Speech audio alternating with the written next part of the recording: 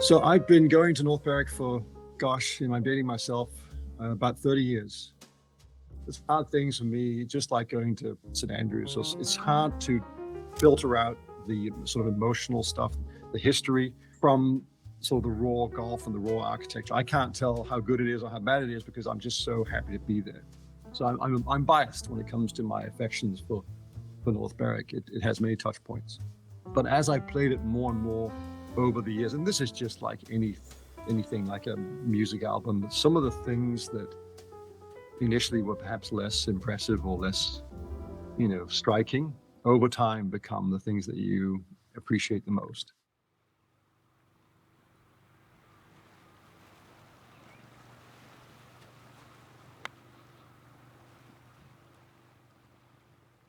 I went to the Walker Cup and we played North Berwick, and I played with my friend Kareem Jesus from Morocco. And Kareem said something to the effect of, it's amazing how we convince ourselves that we need all this other stuff. I mean, look at how simple this is, and look at how much fun we had. If you look in the US, the top 10 list of courses that are considered the best courses: Pine Valley, Gusto, Pinehurst number 2, Oakmont, Shinnecock. These are courses that for half the golfing population are borderline unplayable. But as sort of places that the general golfing world like to play are places that are probably more like North Berwick. Nobody walks off North Berwick and says, oh man, the way they had those bunkers arranged and the flashed up sand and how that was all like meant to take a picture. Nobody says that about any hole out there. That's probably the one thing I would say is the most striking.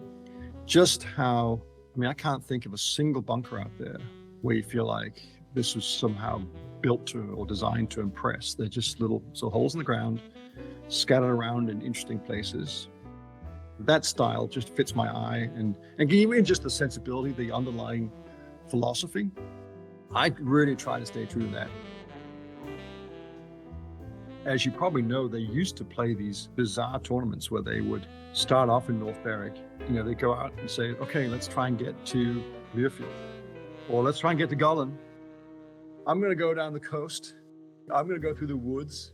Just these crazy propositions, which again, I think speaks to how they looked at golf at the time. It was not, I got to keep my score. It was just go out there and have fun, try to beat your buddies, and just, hit shots, make up holes. There's this beautiful renaissance happening right now, and it's rediscovering some of these old places. So long as the right people are involved, guiding these places in the right direction, I think there's just so much potential for sort of, again, underscoring the essence of the game that we've been playing we've been playing golf for 500 years before golf architecture came along. Let's not have golf architecture be kind of the wrench in the works here as we go into the next 500 years.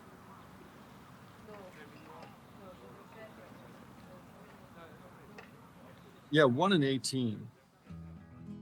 Think about that. If you built those 2 holes, no bunkers, flat, just this fairway where you can top a 7-iron off the first tee and be better off than you are trying to hit a perfect 3-wood. It doesn't make any sense at all. They don't have a range. A lot of people, they're a little rusty getting off the first tee, and they just kind of just get it out there and get started. But then, of course, you have that beautiful second shot up onto Point Garry, and that beautiful, slightly tilting green. Again, no bunkers.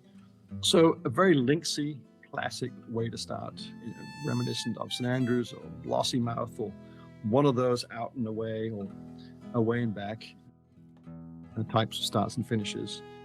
Again, not unlike St. Andrews. You go from one of the most benign holes to one of the most severe. That angle across, you got to cut off. Or you hit it over then the quarry on the left, which is always a safe play, but a blind second shot, considerably longer than if you take on the more daring route. The individuality of the holes is really quite striking. You have, the first hole is the one where you hit it out and up and over. The second is where you hit it along. The third is where you hit it over the wall. Fourth is where it's kind of semi-blind and some bushes. They have that distinct character and individuality that is not bunker on the inside of the dog leg. It's not well, then you counter with the bunker on the other side by the green. It's not that type of prescriptive architecture. It's this sort of go out there and just kind of do battle with the landscape, however it presents itself. I mean, I love 11, which, I mean, again, it has some beautiful natural elements with the big dune ridge on the left, but then it has that hot dog ridge that runs on a diagonal about 80, 100 yards short of the green, and just how that single feature, a little bit of tilt, something on an angle, and then a green that sort of picks up on those elements in terms of its orientation and its shape. There are some elements there that are just universal. And again, the more I play it, the more I just realize a hole like that, which is not typically among anyone's favorites, just because what comes after that.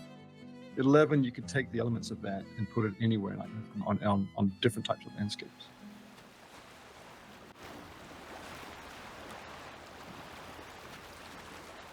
(13) through 18 is the famous finishing stretch at North Berwick, and they're just wonderful holes.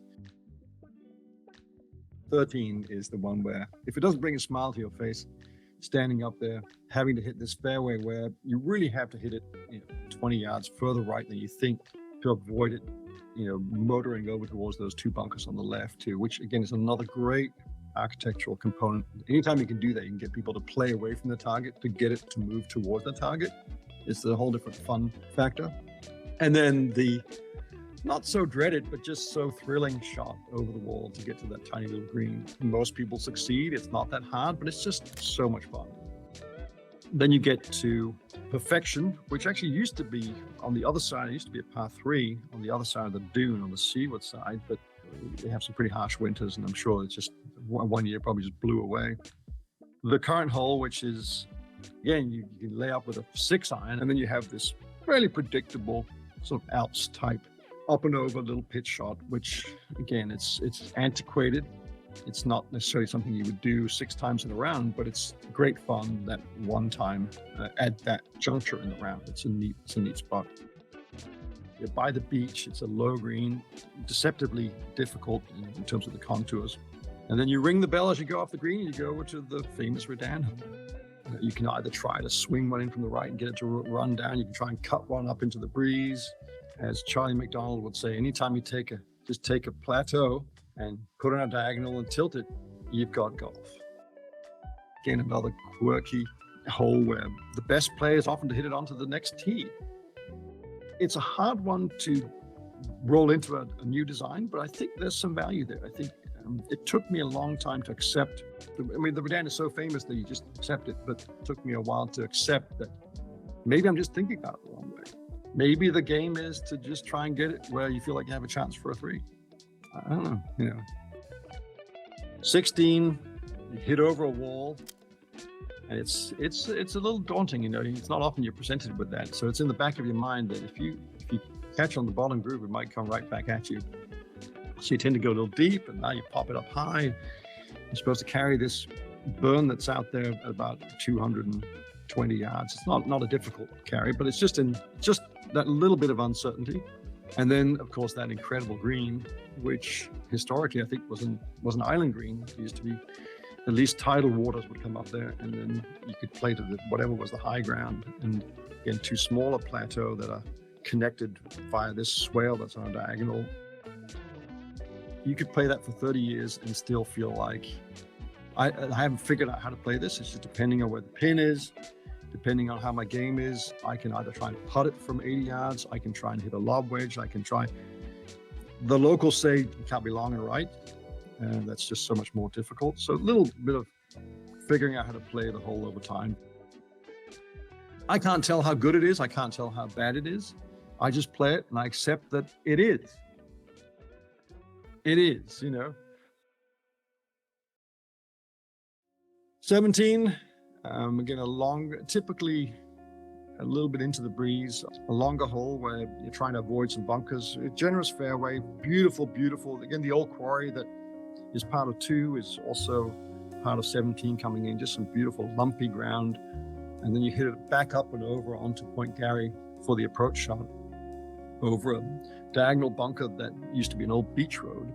And again, there's an architectural piece there too, that if you try to make it fair, if you try to make it practical, that's all fine, but you can lose the essence, that sporting essence of heaving over a hill. If you can't get in sufficient trouble, then you have no potential for a spectacular recovery shot.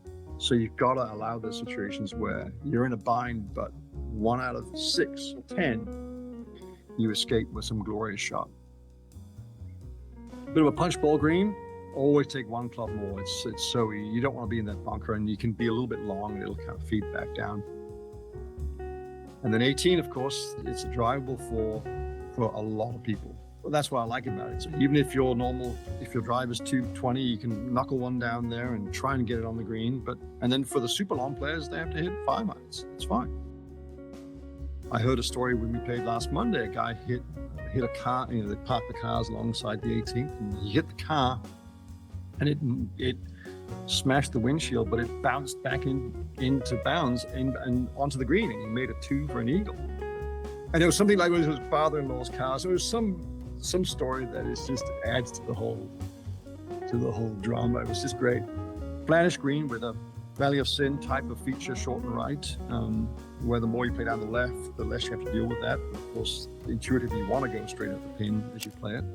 Right in front of the clubhouse, just like against St Andrews, where it's just a fun little amphitheater setting, and the golf shop is right there, and there are usually people milling around, so you get a bit of an audience as you try to close out your match. It's a great way to finish. And then you walk 20 big steps from there onto the patio and grab a cold beer, and you've had a good time, finished a good round.